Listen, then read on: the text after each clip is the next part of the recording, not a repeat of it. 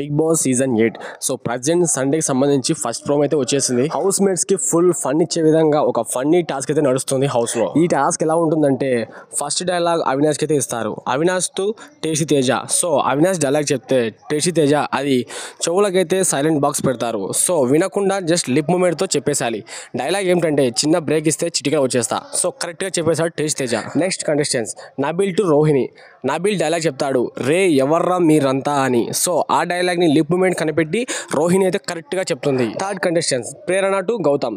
So Prerana dialogue చెప్తుంది, నా వల్ల ప్రాబ్లం అయితే వెళ్ళిపోతారా అని చెప్పేస్తుంది. సో గౌతమ్ అయితే జస్ట్ కొంచెం మిస్ అయిపోయాడు అనిపించింది కానీ ఎమ్మడే డైలాగ్ అయితే కట్ చేశాడు, కరెక్ట్ గా చెప్పేశాడు. పృథ్వీ టు నిఖిల్. సో పృథ్వీ అయితే డైలాగ్ చెప్తుంటాడు, తెలీదు గుర్తు లేదు మర్చిపోయా అని చాలా క్యూట్ గా చెప్తాడు.